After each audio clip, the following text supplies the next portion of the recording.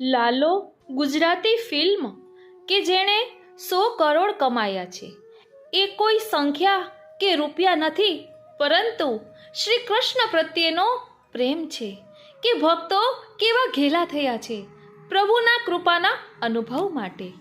આજે આ મોક્ષ એકાદશીના દિવસે કે જેને ગીતા જયંતી પણ કહે છે, આપણે લાલો પિક્ચરના પ્રસંગો દ્વારા પ્રેમમાં માગણીની જરૂર નથી, પ્રભુ આપવાનું પોતે જ કરે છે.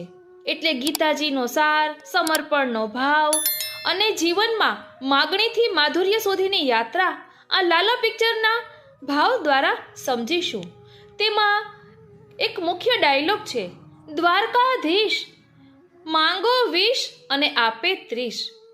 એટલે આ એક મર્યાદા ભક્ત કહે છે કે તમે માંગો 20 તો દ્વારકાધીશ 30 આપે. પરંતુ પ્રભુ સ્મિત રેલતા કહે છે કે જ્યારે કાંઈ ના માંગો ને ત્યારે મળે જગદીશ. એટલે નિસાધનતા હોય ને ત્યારે પ્રભુની પ્રાપ્તિ થાય. અને એ બધું આપણને ક્યારે ખ્યાલ આવે? જ્યારે પ્રભુની કૃપાનો આપણે અનુભવ કરીએ. એટલે આ સત્સંગ માત્ર સાંભળવાનો નથી, અંતરમાં ઉતારવાનો છે. જગદીશ આપણી અંતરથી જ નજીક રહે એવી વિનંતી સાથે. કારણ કે પિક્ચરના એક પ્રસંગો દ્વારા પ્રભુની પલ પલ કૃપાનો અનુભવ થશે અને દરેક સ્થળે પ્રભુ આપણને સંકેત કરે છે એ વાતનો પણ આપને ખ્યાલ આવશે. મનમાં તો ઘણા તરંગો ઉઠે છે પુષ્ટિ માર્ગીય દ્રષ્ટિકોણ દર્શાવવાના.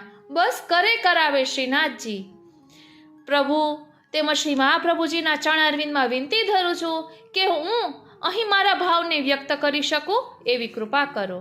બોલો શ્રી વલ્લભાધીશ કી જય. પ્રિય વૈષ્ણવો, અમે અમારી વેડિંગ એનિવર્સરીના દિવસે લાલો પિક્ચર જોવા ગયા હતા. કેટલો આનંદ આવ્યો કે મારી પાસે શબ્દ નથી, છતાં પણ શ્રી મહાપ્રભુજીના ચરણારવિંદમાં વિનંતી ધરીને એ પ્રકાર કહેવાનો પ્રયાસ કરી રહી છું. પિક્ચરનું નામ છે લાલો. પછી નીચે લખ્યું છે કૃષ્ણ સદા સહાયતે. આ હેડિંગમાં જ એટલું બધું તત્વ છુપાયેલું છે કે જે ભગવદ્ ગીતાનો સાર કહેલો છે કે પ્રભુ આપણી રક્ષા કરે જ છે, પલ પલ રક્ષા કરે છે. બસ આપણે એમના અનુભવને સમજવાનો છે, એમની કૃપાને સમજવાની છે. એક માયાનું આવરણ આવી જાય છે ને, તેના કારણે આપણે એમના સ્વરૂપને સમજી શકતા નથી. માટે આપણે પુષ્ટિ દ્રષ્ટિકોણથી પ્રયાસ કરીએ કે આ લાલો પિક્ચરમાં કહેલા રહસ્યને સમજવાનું. તેમાં એક ડાયલોગ છે, દ્વારકાધીશ માંગો 20 અને આપે 30. આ એક મર્યાદા ભક્ત કહી રહ્યા છે કે માંગો 20 અને આપે 30. જ્યારે પુષ્ટિ માર્ગીય ભક્ત એમ કહે, અથવા તો ભગવાન પણ સ્મિત રેલતા એમ કહે કે કાંઈ ન માંગો ને ત્યારે મળે જગદીશ. પ્રભુની કૃપાનો અનુભવ ક્યારે થાય? જ્યારે કોઈ ભગવદીયનો સંગ થાય. અને કહેવાય છે ને કે આપણા પુષ્ટિ માર્ગમાં તો માંગવાનું ક્યાંય આવતું જ નથી. પ્રભુ તો સર્વ જાણે જ છે. આપણે માંગીને શું માંગી શકીએ? તેના કરતાં નિષ્કામ ભાવે સેવા કરીએ. એનું કામ, ભાવનો પ્રકાર પણ એ પિક્ચરમાં બતાવેલો છે. કારણ કે અહીં જે એક્ટર છે જેનું નામ લાલો છે, એ જ્યારે નાના હોય છે ને ત્યારે 5-6 વર્ષના હોય ત્યારે એના મમ્મી તેને થાળ તૈયાર કરી દે છે. એટલે નિષ્કામ ભાવનો અહીં પ્રકાર દર્શાવ્યો છે. અને તે મનથી પ્રભુને પોકારે છે કે પ્રભુ ભોગ આરોગજો, અને પ્રભુ તે ભોગ આરોગે પણ છે. એટલે એ નાનપણની અવસ્થામાં એ પ્રભુને આ રીતે ભોગ ધરે છે અને એના મમ્મીને પૂછે છે કે બા, હાચે જ પ્રભુ આરોગે, પ્રભુ ભોગ આરોગવા પધારે? ત્યારે એના બા કહે છે કે હા, અને એમ પણ તેને સમજાવે છે કે જ્યારે આપણે કોઈ પણ મુશ્કેલીમાં હોય ને ત્યારે આપણને બહાર કાઢવા પણ તે પધારે છે. એટલે આ જ પ્રકાર આ પિક્ચરમાં દર્શાવ્યો છે કે જેમાં વર્ણન આવે છે કે લાલો જ્યારે ખૂબ જ સંકટ સમયમાં હોય છે અને એક ઘરમાં પૂરાયેલો હોય છે, નીકળવાનો કોઈ રસ્તો નથી હોતો, કેમ કે આખા ઘરમાં સોટ આવે છે અને ખાવા માટે પણ કાંઈ નથી, પાણી પીવા માટે નથી, ત્યારે એને સ્વપ્નમાં એવો અનુભવ થાય છે કે જાણે ભગવાને તેને જમાડ્યો. એટલે એને અનુભવ સ્વપ્નમાં થાય છે. પરંતુ નીંદર ઉડી અને જોયું તો દાળના ટીપા દાઢીએ ચોટેલા હતા અને પ્રભુએ કહ્યું કે તેની સાથે કે નાનપણમાં તે મને જમાડ્યું હતું ને, એટલે આજે મેં તને જમાડ્યો છે. એટલે નિષ્કામ ભાવે કરેલું કાર્ય કેટલું ફળરૂપ છે તે આપણે અહીં સમજી શકીએ છીએ. અને એક એક વાત એટલી ઊંડાણપૂર્વકની છે, તો ધ્યાનથી સમજીએ ને તો ઘણું બધું આજની જનરેશનને પણ સમજવા મળે એવું છે. કારણ કે સંકટ સમયે ભગવાન આપને સંકેત પણ આપે છે, માર્ગ પણ બતાવે છે અને આપણે એ મુશ્કેલી પણ આપણને દૂર કરી આપે છે. પરંતુ જ્યારે આપણે એ માયાને છોડી શકતા નથી, આપણી લોભ વૃત્તિને છોડી શકતા નથી, ત્યારે પાછો એ માર્ગ બંધ થઈ જાય છે અને મુશ્કેલીઓનો સામનો કરવો પડે છે. પ્રભુ એમ પણ કહે છે કે હું તને જે કહું છું ને તે તું સાંભળે છે, પરંતુ સમજી નથી રહ્યો. તો અહીં પણ પુષ્ટિ માર્ગનો પ્રકાર દર્શાવ્યો છે. દામોદરદાસ હરસાનીજીની વાર્તામાં આવે છે ને કે દામોદરદાસ હરસાનીજી કહે છે કે પ્રભુ અને મહાપ્રભુ વચ્ચેની વાત તેને સાંભળી તો ખરી, પણ સમજણ ના પડી.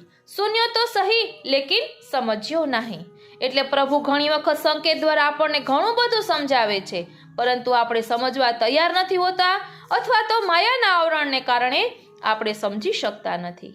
બોલો શ્રી વલ્લભાધીશ કી જય. પ્રિય વૈષ્ણવો, આ લાલો પિક્ચરમાં ભગવાન સ્વયં સમજાવે છે કે કોઈ પણ મુશ્કેલીનું સોલ્યુશન એ મૃત્યુ નથી. ઘણી વખત જીવનમાં એટલી બધી મુશ્કેલીઓ આવે કે માણસ પાછી પાની કરવાનો વિચાર કરે, આના કરતાં તો મરી જવું સારું. પરંતુ મૃત્યુ એ કોઈ પણ વાતનું સોલ્યુશન નથી. અહીં સ્વયં ભગવાન કહી રહ્યા છે. એટલે જીવનમાં મુશ્કેલી આવે ને તેનો ઉકેલ પણ હોય જ છે અને પ્રભુ આપણને વારંવાર ચેતવે છે. આપણે પણ ખરાબ સંગતે ચડીએ ત્યારે આવું થાય છે. આપણી સંગતમાં કોણ છે એ પણ આપણે ધ્યાન રાખવાનું. એટલે જ આપણા પુષ્ટિ માર્ગમાં શિક્ષાપત્રમાં દુસંગ કોને કહેવાય, સત્સંગ કોને કહેવાય તે ખૂબ સુંદર રીતે સમજાવ્યું છે. સત્સંગ એટલે મન વાણી પવિત્ર અને શુદ્ધ બને ત્યારે એ સત્સંગ કર્યો કહેવાય. ઘણી વખત માણસને એમ લાગે કે હવે મારાથી નહીં બને, બસ, પણ એ નિર્ણય દુઃખમાંથી લેવાયેલો હોય છે, સમજથી નહીં. ત્યારે પ્રભુ એમ કહે છે કે બસ એક પ્રયત્ન તો કર. એટલે જ્યારે સાવ હિંમત હારી જઈએ, પછી એમ થાય કે હવે કોઈ ઉપાય નથી, હવે આ જીવનમાંથી કંટાળો આવી ગયો છે, ત્યારે એક પ્રયત્ન કરી લેવો. કારણ કે એ છેલ્લો પ્રયત્ન જ હોય છે કે પ્રભુ આપણને તેમાંથી ઉગારવાના હોય છે. અને અહીં આપણે સમજી શકીએ છીએ કે મર્દાનગી વિશે પણ ખૂબ સુંદર રીતે સમજાવવામાં આવ્યું છે. એટલે ઘરમાં પત્ની ઉપર હાથ ઉપાડવો એ મર્દાનગી નથી, પરંતુ પ્રેમથી તેને રાખવી, તેની સમસ્યાને સમજવી, તેના સુખ દુઃખમાં સાથ આપવો એ જ સાચી મર્દાનગી છે. પ્રેમ એ હુકમથી નહીં, સમજથી ચાલે છે. સંબંધ એ ડરથી નહીં, વિશ્વાસથી બંધાય છે. ઘર એ કોઈ યુદ્ધભૂમિ નથી, એ તો આત્માનું મંદિર છે. ઘરમાં હાથ ઉઠાડવો એ શક્તિ નહીં, પણ નબળાઈ છે. જેનું બાર ક્યાંય ચાલે નહીં ને તે જ ઘરમાં સ્ત્રીઓ ઉપર હાથ ઉપાડે છે, એ તો જાણી જ લેજો. પત્નીને માન આપવું, તેની વાત સાંભળવી, તેની વાતને સમજવી, તેની મુશ્કેલીઓને સમજવી એ સાચો ધર્મ છે અને એ મર્દાનગી છે.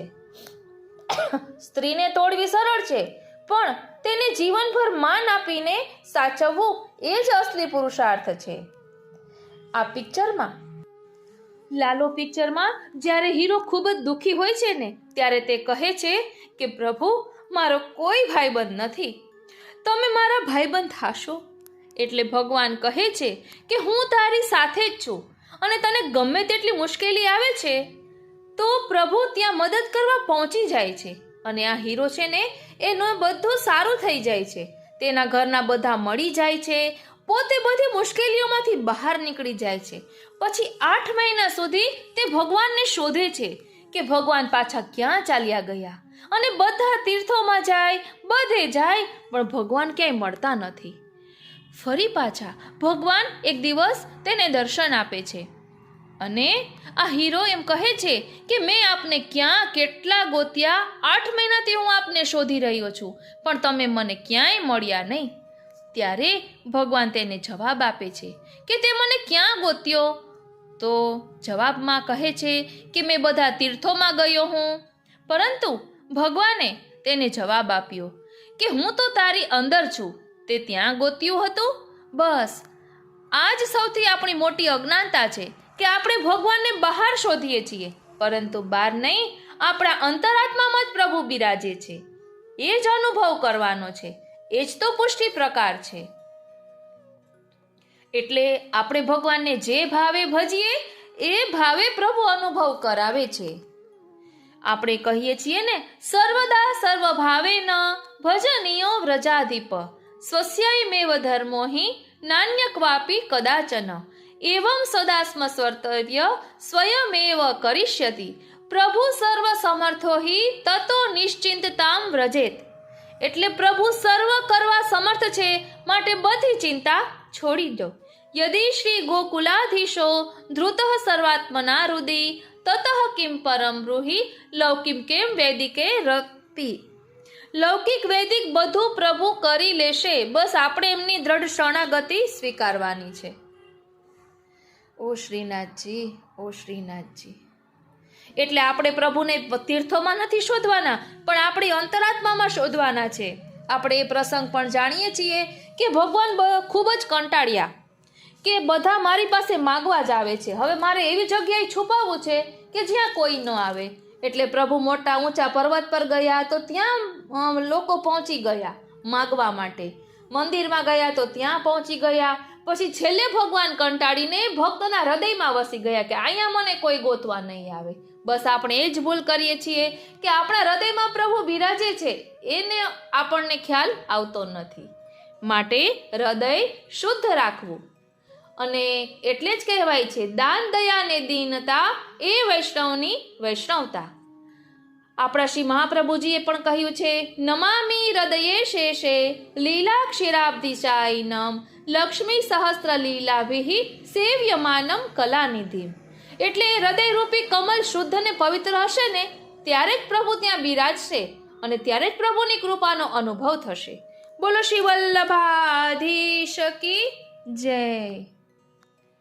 આપણે ગોપી ગીતમાં પણ આ પ્રકાર સમજી શકીએ છીએ કે ગોપીજનો પ્રભુને શોધે છે અને કહે છે ને, દર્શનમ દેહી ગોપીશ ગોકુલાનંદદાયક. તેવી જ રીતે ગોપી ગીતમાં ગાયું છે ને, જયતિ તેધિકમ જન્મના વ્રજ શ્રયત ઇન્દિરા શશ્વદત્રહી. એટલે જ્યારે પ્રભુ અંતર્ધ્યાન થાય છે ત્યારે ગોપીજનો વૃક્ષોને પૂછે છે, વેલીઓને પૂછે છે, એટલે બધું બાહ્ય જગતને પૂછે છે, પરંતુ પોતાના અંતરાત્મામાં પ્રભુ બિરાજે છે એ તેઓ ભૂલી ગયા છે. અને જ્યારે નિસાધન બને છે, હૃદય શુદ્ધ થાય છે, ત્યારે ફરી પ્રભુ હૃદયમાંથી પ્રકટ થાય છે. એટલે આ લાલા પિક્ચરમાં પણ એ જ તો કહ્યું છે કે હું તારી અંદર જ છું, બસ તું એનો તું અનુભવ કર. પ્રભુ ક્યારેય આપણાથી દૂર જતા જ નથી, પણ આપણું ચિત્ત લૌકિકમાં ચાલ્યું જાય છે ને, ત્યારે પ્રભુની કૃપાનો અનુભવ થતો નથી. આપણે વિચારીએ કે હું તીર્થમાં જઈશ, મંદિરમાં જઈશ, પ્રભુને હું બધે તીર્થો કરી અને શોધી લઈશ, પરંતુ પ્રભુ કહે છે કે હું તો તારી અંદર જ છું, બસ તારે મને ઓળખવાનો છે. એ જ તો પુષ્ટિ ભાવ છે. પુષ્ટિ માર્ગ કહે છે, યોગે નહીં રોકે નહીં ભાવે ઓળખો. અહીં એ સમજવાનું છે કે આપણે ભગવાનને બહાર શોધીએ છીએ ને, પણ એ તો અંતરાત્મામાં બિરાજે છે. એટલે જ તો આપણે સત્સંગ દ્વારા આત્મચિંતન કરીએ છીએ અને સંતોની વાણી, શાસ્ત્રોનો સાર અને લાગણીનું સત્ય એ જ છે કે અંતરાત્મામાં પ્રભુ બિરાજે છે. પ્રિય વૈષ્ણવો, આ લાલો પિક્ચર છે ને, તેનું શૂટિંગ આખું જૂનાગઢમાં જ થયું છે. એટલે તેમાં જૂનાગઢના તીર્થોના દર્શન પણ થાય છે. મહાપ્રભુજીના બેઠકજી, દામોદર કુંડ, ભાલકા તીર્થ, આવા તીર્થોના દર્શન પણ થાય છે. તો એક સેકન્ડમાં, એ જે થોડીક સેકન્ડમાં બેઠકજીના દર્શન કરાવ્યા હોય, લખેલું હોય કે મહાપ્રભુજીના બેઠકજી, ત્યાં તો મહાપ્રભુજીનું અનુસંધાન થાય, એમને કરેલી લીલા પ્રકટ થાય, એમને પ્રકટ કરેલું ચરિત્ર આપણા આત્મામાં અનુભવાય. બસ આ અનુભવની તો વાત છે. જાણે રૂવાટા ઊભા થઈ જાય અને પલ પલ પ્રભુની કૃપાનો અનુભવ થાય. દામોદર કુંડની ઝાંખી કરતા એ પ્રસંગ યાદ આવી જાય. એટલે જૂનાગઢ એ માત્ર કોઈ શહેર નથી, પણ તે સાક્ષી છે શ્રી મહાપ્રભુજીની કૃપાનું, શ્રી ઠાકોરજીની કૃપાનું. શ્રી મહાપ્રભુજીના બેઠકજી, દામોદર કુંડ, આ બધું જોતા જ વ્રજની યાદ આવે, કૃપાનું અનુભવ થાય, જીવંત દર્શનની અનુભૂતિ થાય. એટલે એ કોઈ સ્થળ માત્ર નથી, પરંતુ તેમાં કૃપાનો આપણને અનુભવ થાય. એટલે એવું લાગે કે જાણે હું કોઈ પિક્ચર નથી જોઈ રહ્યો, પરંતુ શ્રી મહાપ્રભુજીનું અનુસંધાન થતાં એ લીલાઓમાં ખોવાઈ જઈએ. અને પાછું શૂટિંગ કરતી વખતે પ્રભુની કૃપાનો અનેરો અનુભવ થયો. ચાલો તે પ્રસંગ પણ જાણી લઈએ. પ્રિય વૈષ્ણવો, આ લાલો પિક્ચર છે તેનું શૂટિંગ જૂનાગઢમાં થયું ને, તેમાં પ્રભુની કૃપાનો અનેરો અનુભવ થયો.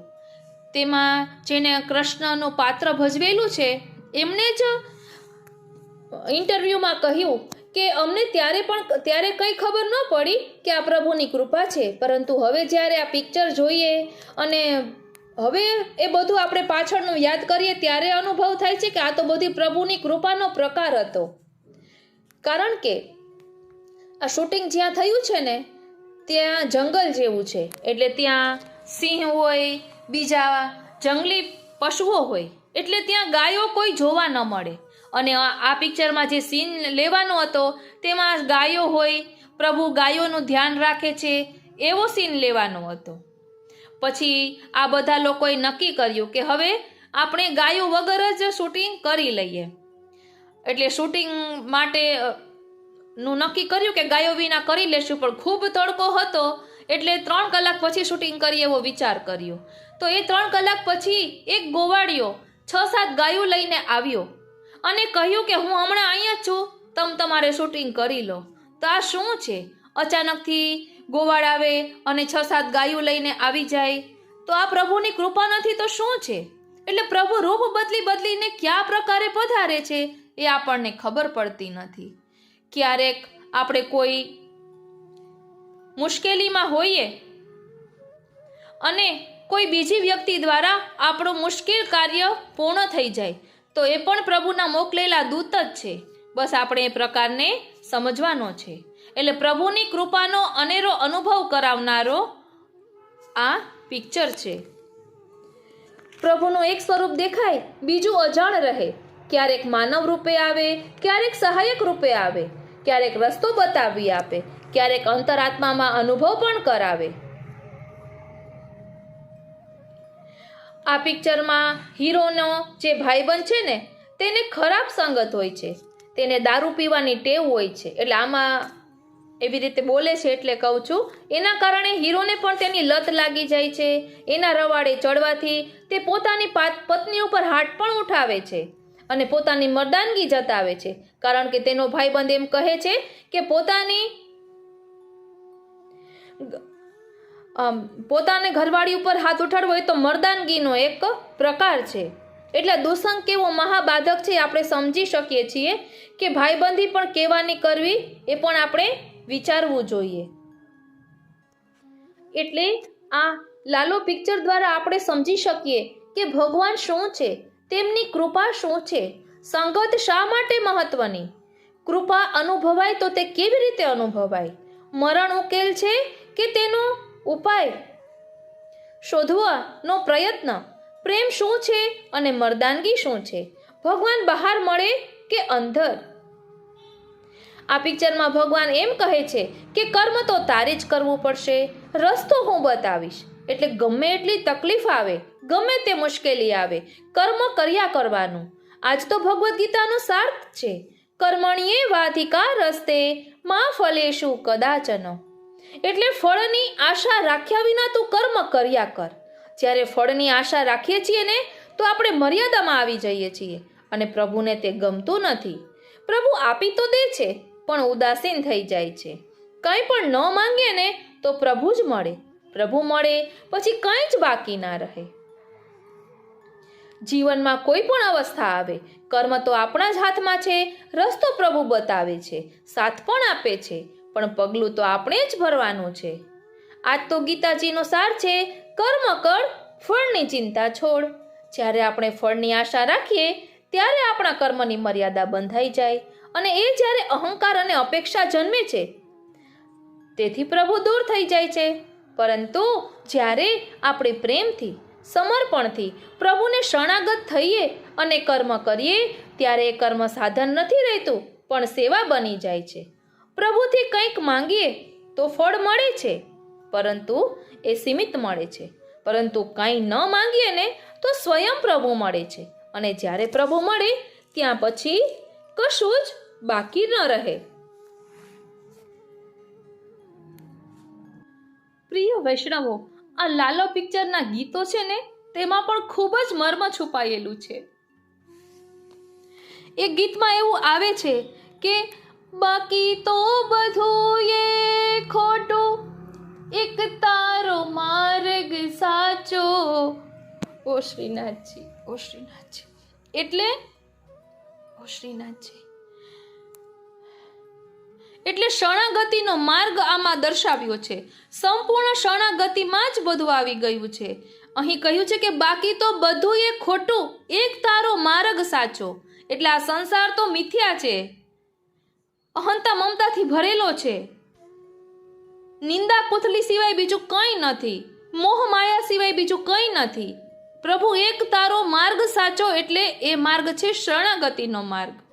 એટલે આપણે બધું પ્રભુ પર છોડી દઈએ અને નિષ્કામ ભાવે કાર્ય કર્યા કરીએ, કર્મ કર્યા કરીએ, પછી આપણે કંઈ સાંભળવાનું રહેતું નથી. એટલે પછી આપણું બધું જ પ્રભુ સંભાળી લે છે. જ્યાં સુધી આપણે બધું માથે લઈને ફરીએ છીએ અને ચાલીએ છીએ કે હું કરું, ત્યાં સુધી જીવન ભારરૂપ લાગે છે. જ્યારે બધું પ્રભુ પર છોડી દઈએ અને નિષ્કામ ભાવે કામ કરીએ તો એ જીવન ભારરૂપ નથી લાગતું. કેવી રીતે? તો એક પ્રસંગ આવે છે કે એક ગાડાની નીચે એક કૂતરું ચાલી રહ્યું હતું. તો જાણે કૂતરાને એવું થયું કે આખા ગાડાનો ભાર મારી ઉપર છે. એટલે હકીકતમાં એને એ ગાડું ઊંચક્યું નહોતું, પરંતુ તેને એવો અનુભવ થઈ રહ્યો હતો. અને આપણે પણ આપણા જીવનમાં બધી તકલીફો વેઠીએ, કંઈ પણ કર્મ કરીએ અને કંઈ પણ ફરજો બજાવીએ ત્યારે આપણે તેને આપણા માથા ઉપર લાદીને ચાલીએ ને એટલે એવો અનુભવ થાય. પરંતુ એક સાક્ષી ભાવે જે થાય છે તે બધી પ્રભુની લીલા છે એમ માનીને કર્યા કરીએ ને તો જીવન ભારરૂપ લાગતું નથી. એટલે આ બે જ લાઈનમાં કહી દીધું કે બાકી તો બધું એ ખોટું, એક તારો માર્ગ સાચો. અને એ માર્ગ છે શુદ્ધ શરણાગતિનો. બોલો શ્રી વલ્લભાધીશ કી જય. પ્રિય વૈષ્ણવો, આ લાલો પિક્ચરમાં એક સીન આમ હૃદયને સ્પર્શી જાય તેવું છે, ખૂબ જ સ્પર્શી જાય તેવું છે. કારણ કે એક રૂમમાં આ લાલો પુરાઈ ગયો છે અને ભગવાન તેને મદદ કઈ રીતે કરે છે. કેમ કે આ એક દિવાલમાં જ શોટ નથી આવતો, બાકી આખા ઘરમાં જે લોઢાના બારી દરવાજા હોય ત્યાં બધે શોટ આવે છે. એટલે પ્રભુ તેને સંકેત આપે છે કે તે દિવાલને અડ્યો, તો દિવાલને અડે છે તો શોટ નથી આવતો. એટલે ભગવાન તેને સંકેત દ્વારા કહે છે કે તું આ દિવાલ તોડીને બહાર આવી શકે છે. અને ભગવાન કહે છે કે હવે કર્મ તો તારે કરવાનું છે, મેં તને રસ્તો તો બતાવી દીધો. એટલે બાહ્ય દ્રષ્ટિએ એવું લાગે છે કે આ લાલો દિવાલ તોડી રહ્યો છે અને તોડીને થાકી પણ જાય છે. પરંતુ જે દ્રષ્ટા છે ને તે કે જે આ પિક્ચર જોઈ રહ્યા છે તેને ખ્યાલ આવે છે કે બહારની સાઈડની દિવાલમાં ભગવાન પોતે પણ હથોડી મારી મારીને એ દિવાલને તોડી રહ્યા છે. એટલે આપણે કોઈ પણ કર્મ કરીએ તો ભગવાન આપણને સાથ આપે ને આપે જ છે, પણ તે સારા કર્મોમાં, નહીં કે એમનો કોઈ ખરાબ વિચારમાં. કહેવાય છે ને કે બુદ્ધિ પ્રેરક કૃષ્ણસ્ય, એટલે ભગવાન તો સદબુદ્ધિ જ આપે છે, બસ આપણે તેનો ઉપયોગ કઈ રીતે કરવો એ આપણે જોવાનો છે.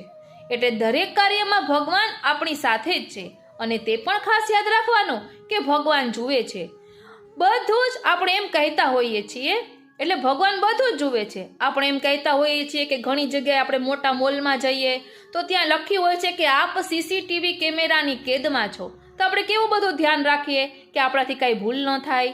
તો ભગવાનને તો આખા જગતમાં સીસીટીવી કેમેરા ગોઠવેલા છે, પણ આપણને દેખાતા નથી ને, એટલે આપણને ભય નથી લાગતો. જેને નિષ્કામ ભાવે કોઈનું પણ ખરાબ નથી કરવું અને સીધા માર્ગે ચાલવું છે, તેને કોઈ વાતનો ભય નથી લાગતો. બાકી જે કોઈ બીજાનું બુરું વિચારે અને ફક્ત પોતાનો સ્વાર્થ વિચારે, તેને જરૂરથી ભય લાગે છે. એટલે જ તો કહ્યું છે કે જ્યાં શ્રી મહાપ્રભુજીના ચરણારવિંદનો દ્રઢ આશ્રય છે, સંપૂર્ણ શરણાગતિ છે, ત્યાં કોઈ પ્રકારનો ભય નથી. પ્રિય વૈષ્ણવો, આ લાલો પિક્ચર છે ને, એમાં એક ગીત છે, તેમાં સંપૂર્ણ જાણે વિરહનો પ્રકાર દર્શાવ્યો છે કે આ જીવ આ સંસારમાં એકલો છે અને એની એકલતાને દૂર કરનાર પ્રભુ સિવાય બીજું કોઈ નથી.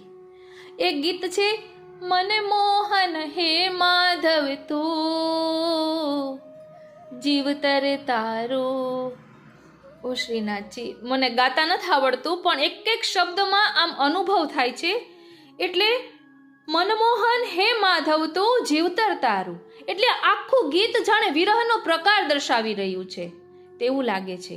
આ મનમોહન કોણ છે કે જેને મારા મનને મોહી લીધું છે, અને તે મનમોહન કોણ છે કે જે મારા ઉપર કૃપા વરસાવી રહ્યા છે. આપણી જીવનને ચલાવનારા કોણ છે? આ મનમોહન છે. આપણી જીવનરૂપી નૈયાના ખેવૈયા કોણ છે? ખલાસી કોણ છે? આ મનમોહન છે, માધવ છે. આ દુનિયામાં હું એકલો છું, એકલ પ્રવાહી છું. એકલા જ હોય ને, એકલા જે હોય ને એ વિરહ કરે, અને બે હોય ને એ સત્સંગ કરે. એટલે જ આપણે કહીએ છીએ ને કે એક કરે વિરહ અને દો કરે સત્સંગ. એટલે વિરહમાં પણ એટલો બધો અનુભવ છુપાયેલો છે, કેમ કે સંયોગમાં તો એક પ્રકારનો અનુભવ થાય, પરંતુ વિરહમાં તો ઘણા બધા પ્રકારનો અનુભવ એક સાથે થાય છે. એટલે વિરહ ફલરૂપ છે.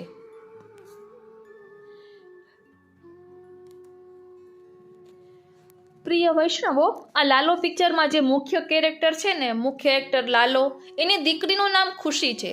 તેનો એક્સિડન્ટ થઈ જાય છે અને એને પૈસાની ખૂબ જરૂર હોય છે. ત્યારે એનો એક ભાઈબંધ છે જે આમ ખરાબ સંગતવાળો છે, તે બીજા દ્વારા 10% રૂપિયાના વ્યાજે પૈસા લેવડાવી આપે છે. એના દીકરીના ઓપરેશન માટે ખૂબ જરૂરી હોય છે, એટલે તે વ્યાજે પૈસા લે છે. પછી આ દેવાના કરજામાં એટલો બધો એ કાદવમાં ખૂંપી જાય છે કે એનો કરજો એ ચૂકવી શકતો નથી. અને આ ખરાબ સંગતવાળા ભાઈબંધ તેની પાસેથી આમ પણ પૈસા લેતા હોય છે ભાઈબંધના નામે, અને આ પૈસા આપે પણ છે, કારણ કે તેને તેની દીકરીનું એક્સિડન્ટ થયું ત્યારે પૈસા લેવડાવી આપ્યા હતા. એટલે એના હાથ નીચે પોતે છે એવું એનો અનુભવ થતો હતો. એટલે કહેવાનું તાત્પર્ય એ છે કે આ કરજો લીધો તેના કારણે કેટલું બધું તેને દેવું થઈ ગયું, અને તે એના હિસાબે તે પોતાના દીકરીની સ્કૂલની ફી પણ ભરી શકતો નથી, અને હિંમત હારી જાય છે, મરવાનો વિચાર કરે છે. અને એમ કરતાં કરતાં એ પોતે રિક્ષો ચલાવતો હોય છે અને એક પેસેન્જર ફોનમાં વાત કરતો હોય છે, અને તેમાં એ રૂપિયાની ઘણી બધી વાત કરે છે કે આખી સુટકેસ રૂપિયાથી ભરેલી છે. તેના કારણે આ રિક્ષો ચલાવનારનું મન બગડે છે અને તે વિચાર કરે છે કે આ પૈસા હું લઈ લઉં તો હું બધાના પૈસા ચૂકવી દઈ શકું. એટલે ખરાબ સંગતની કેવી અસર થાય છે એ આપણે અહીં સમજી શકીએ છીએ. કહેવાય છે ને કે સંગ એવો રંગ, સોબત તેવી અસર, અન્ન એવો ઓડકાર. એટલે સંગત, સંસ્કાર, નિર્ણય ને પરિણામ આ બધું આપણે અહીં સમજી શકીએ છીએ કે ખરાબ સંગત છે એ વિચાર બગાડે છે, નિર્ણય ઝેરરૂપી નિર્ણય લાવે છે અને ધીમે ધીમે સારા માણસને પણ નરકમાં ધકેલી દે છે. અને આ પિક્ચરે બતાવે છે કે ખરાબ સંગત એ પહેલું પાપ નથી કરાવતી, પહેલા મન બગાડે છે, પછી મૂલ્યો બગાડે છે ને પછી જીવન પણ બગાડે છે. એટલે દેવું, ભય, નિરાશા અને મૃત્યુનો વિચાર તરફ આપણને લઈ જાય છે. કારણ કે જવાબદારી ભારરૂપ બને અને અન્યાય માર્ગ સરળ લાગે, ખોટો માર્ગ સરળ લાગે કે તરત પૈસા મળી જશે અને જીવન દુઃખરૂપ લાગે. ત્યાં મન કહે છે કે હવે આ બધી વસ્તુથી ભાગી જઈએ અને આપણું જીવન પૂરું કરી દઈએ. પણ મૃત્યુ એ ક્યારેય કોઈ વસ્તુનું સોલ્યુશન નથી, પરંતુ સંકેત છે કે હવે માર્ગ બદલવાનો સમય આવી ગયો છે. ખોટી સંગત ત્યારે ખતરનાક નથી જ્યારે તે આપણા આસપાસ હોય, તે ત્યારે ખતરનાક છે જ્યારે આપણા મનની અંદર એ ઘર કરી જાય. એટલે જ પુષ્ટિ માર્ગમાં કહ્યું છે કે સંગત એ સંસારની સંગત નથી કરવાની, સંગત તો ચેતનાનો આહાર છે. એટલે સત્સંગ કરવાનો છે. સત્સંગ જીવનને ઉજાગર બનાવે છે અને કુસંગ જીવનને ઊંડે દટાવે છે. બોલો શ્રી વલ્લભાધીશ કી જય. પ્રિય વૈષ્ણવો, આ લાલો પિક્ચરમાં લાલાના પરિવારને જ્યારે પૈસાની ખૂબ ખેંચ પડે છે ત્યારે એ લાલાની પત્ની પણ નોકરી કરવાનું વિચારે છે અને તેના માટે તે ખૂબ પ્રયત્ન પણ કરે છે. એક ગાડીનો શોરૂમ હોય છે, ત્યાં જાય છે ને ત્યાંના માલિક હોય ને તેને વિનંતી કરે છે કે મારે જોબની ખૂબ જરૂર છે. અને ત્યારે તરત જ પ્રભુ તેની સહાય કરવા દોડી આવે છે, કારણ કે એ ગાડીનો શોરૂમ છે અને પ્રભુ ત્યાં પધારે છે. ત્યાં એ જે તુલસી છે ને તે બધું સમજાવે છે કે આ ગાડી બહુ સરસ છે, ઇકો ફ્રેન્ડલી છે, આપના એટીટ્યુડ પ્રમાણેની છે, એટલે કે આપના ઓરાને શોભે તેવી છે, એમ બધી વખાણ કરે છે. અને પછી પૂછે છે કે શું આપ ઇન્ટરેસ્ટેડ છો આ ગાડી લેવા માટે? ત્યારે પ્રભુ કહે છે કે આટલા વખાણ કર્યા તો હવે લેવી જ જોઈએ ને. એટલે હા કહે છે. ત્યારે તુલસીએ કહ્યું કે આ ગાડીના માલિક છે, તેમની સાથે વાત કરી લો. આ પ્રમાણે તેને જોબ મળી જાય છે. એટલે આપણે તત્પરતાપૂર્વક આપણું 100% આપીએ ને કોઈ પણ કાર્યમાં, તો પ્રભુ તો સાથે ઊભા જ છે મદદ કરવા માટે. બસ આપણે હિંમત હારવાની નથી. જ્યાં જરૂર હોય ને ત્યાં કૃપા પહેલેથી જ ઊભી હોય છે. આ ક્ષણે લાલાની પત્ની બે બાબતોથી ચાલી રહી છે: પરિસ્થિતિની તીવ્ર જરૂરિયાત, નિષ્ઠાપૂર્વક પ્રયત્ન, અને ત્યાં જ કૃપા ઉપસ્થિત થાય છે. એવું નથી કે ભગવાન મદદ કરે છે કારણ કે આપણે પ્રયત્ન કરીએ છીએ. ભગવાન મદદ કરે છે કારણ કે આપણે આશા છોડ્યા વગર પ્રયત્ન કરીએ છીએ. આ સીનમાં એક સૂક્ષ્મ તત્વ છે. ભક્ત વિનંતી કરે છે અને ભગવાન પરિસ્થિતિને બદલી આપે છે. પત્ની કામ માંગે છે પણ જવાબ માણસ નથી આપતો, પરિસ્થિતિ આપે છે. અને પરિસ્થિતિ પાછળ પ્રભુ છે. પુષ્ટિ દ્રષ્ટિએ જોઈએ તો કર્મ આપણે કરીએ છીએ, પરિણામ ભગવાન આપે છે. અને અહીં જે તુલસી પાત્ર છે તે આમ વખાણ કરે છે અને ત્યાં જ કામ મળી જાય છે. આમાં પણ એક ગાઢ ભાવ છે. પ્રયત્ન આપણું છે, પરંતુ પ્રશસ્તિ, સફળતા એ પ્રભુની છે. એક વાક્યમાં આ ભાવનો સાર લઈએ ને તો જ્યાં ભક્તની મર્યાદા પૂરી થાય ને ત્યાંથી ભગવાનનું કાર્ય શરૂ થાય છે.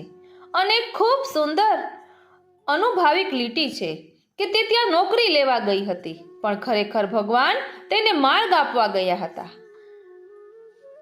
આમાં દ્રઢ વિશ્વાસ, જીવન અનુભવ અને કૃષ્ણ કૃપાનો ઝરમરતો અનુભવ આપણને પ્રાપ્ત થાય છે.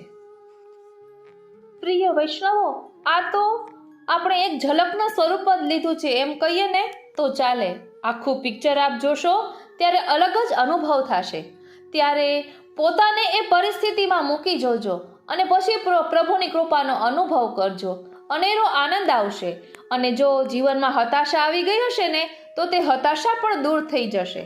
કારણ કે હમણાં જ આપણે એ રીલ પણ આવી હતી કે એક ભાઈએ આપઘાત કરવાનું વિચારી લીધું હતું, પરંતુ જ્યારે તેણે આ પિક્ચર જોયું તો એનું મન ફેરવી લીધું.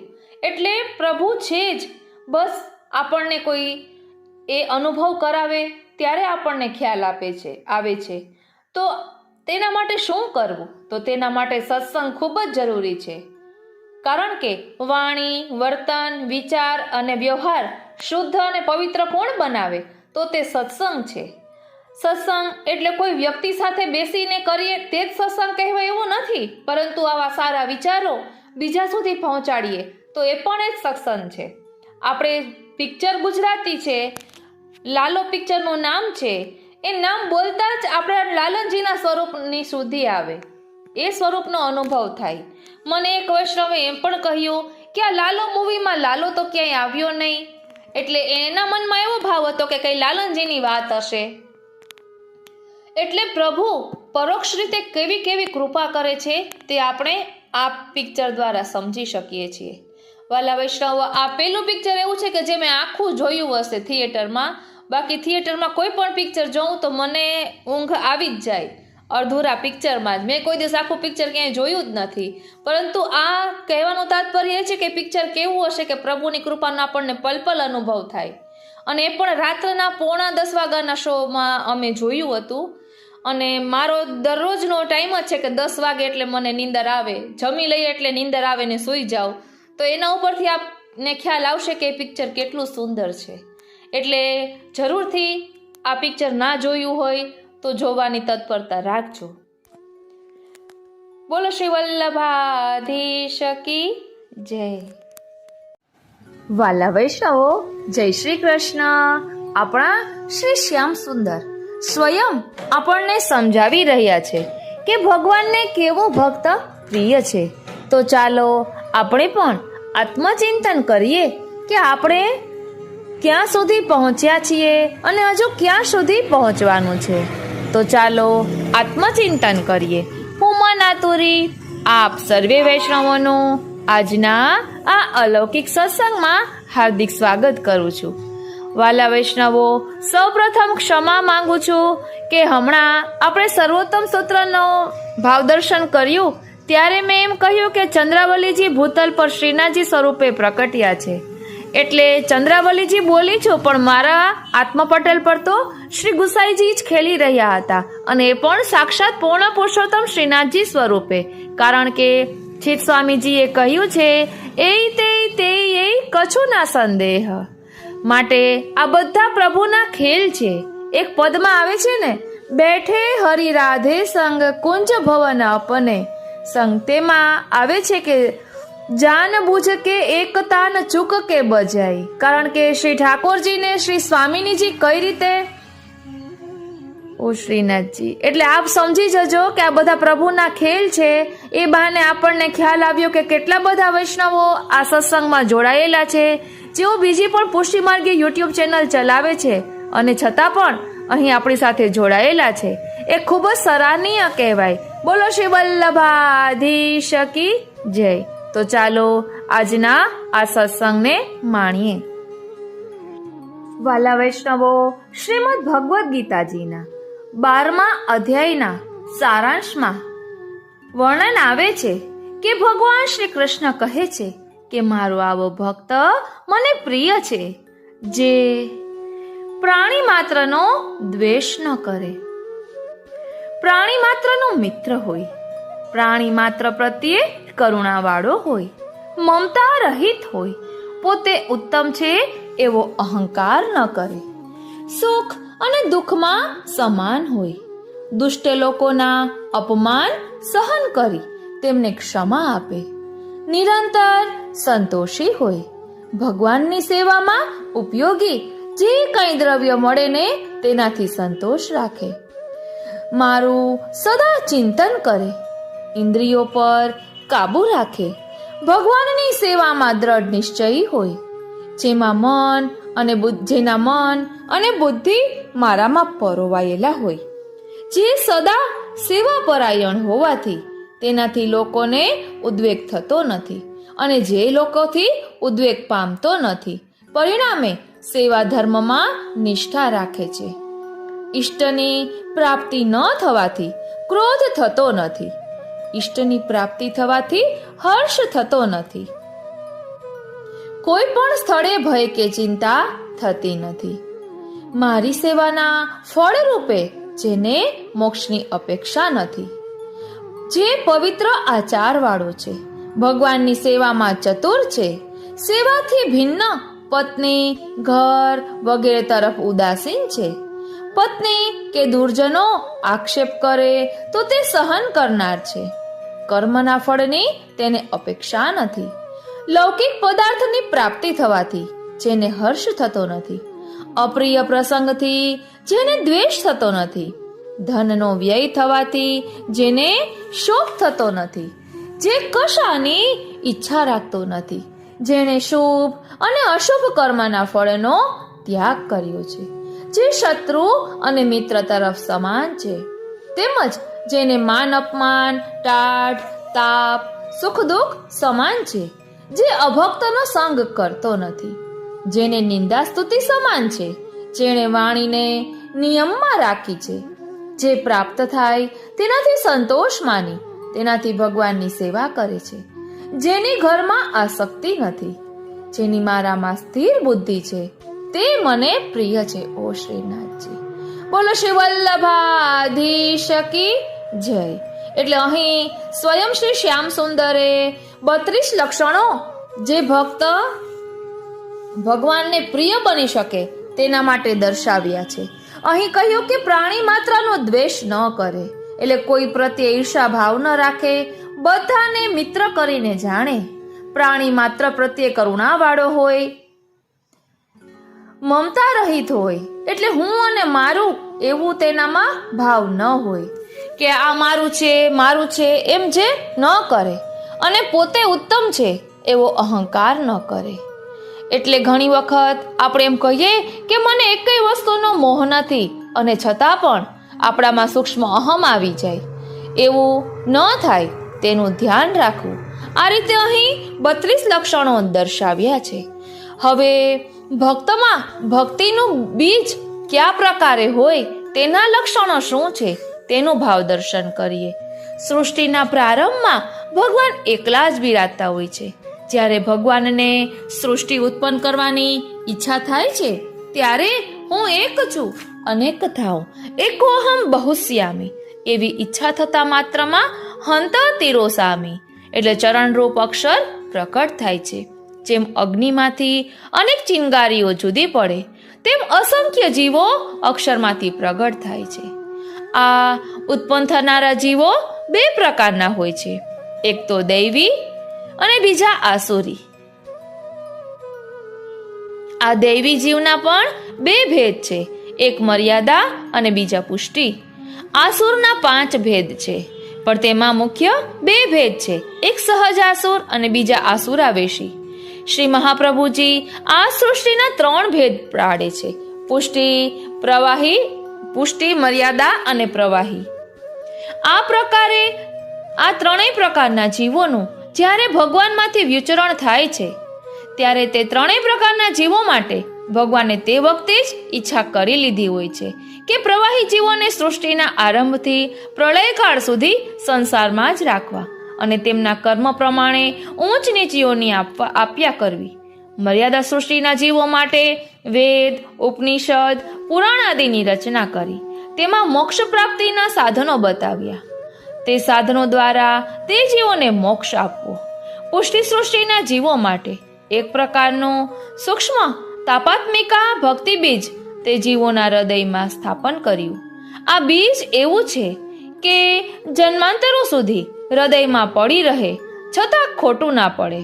જ્યારે યોગ્ય સિંચન મળે એટલે કે પુષ્ટિ પુરુષોત્તમને આચાર્ય દ્વારા આત્મનિવેદન કરે ત્યારે અંકુરિત થાય છે. ખેતરમાં એક ઢૂંઢ નામનું ઘાસ થાય છે.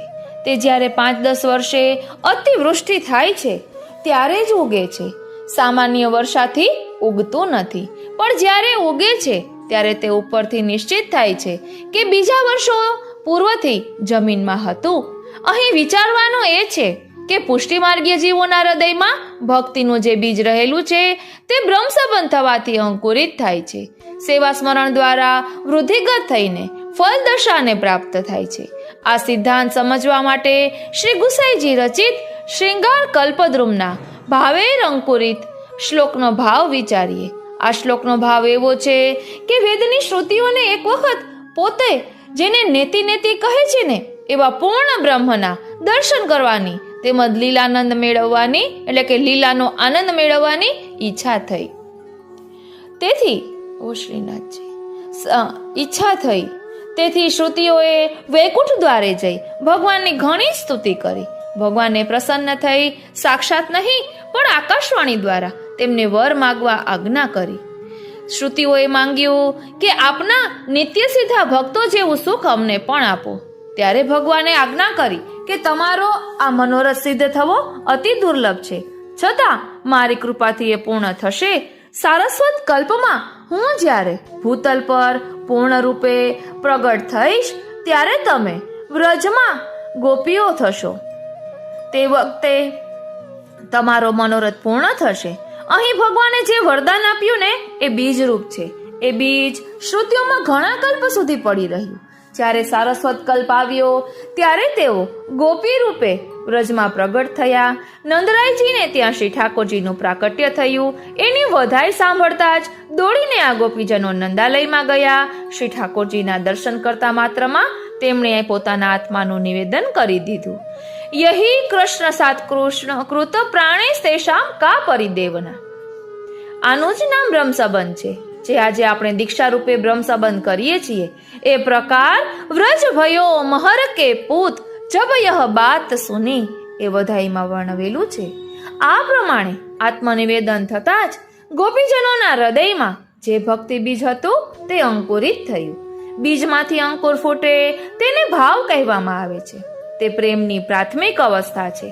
અંકુર મૂળ મૂકે એટલે કે કંદલ એટલે કે થડ કહેવાય. જીવનમાં ઓ શ્રીનાથજી જમીનમાં મૂળ મૂકવાથી અંકુર દ્રઢ બને છે, અર્થાત ભાવની દ્રઢતા થાય છે. આ દ્રઢીભૂત થયેલા ભાવને પ્રેમ કહેવામાં આવે છે. આ ભાવની બીજી અવસ્થા છે. પછી થડમાંથી અનેક ડાળીઓ ફૂટે છે. તે ડાળીઓ પ્રણય રૂપ છે, અર્થાત ભાવ દ્રઢ થયા પછી મનમાં અનેક પ્રકારના મનોરથો ઉત્પન્ન થાય છે, જે ડાળીઓ રૂપ છે.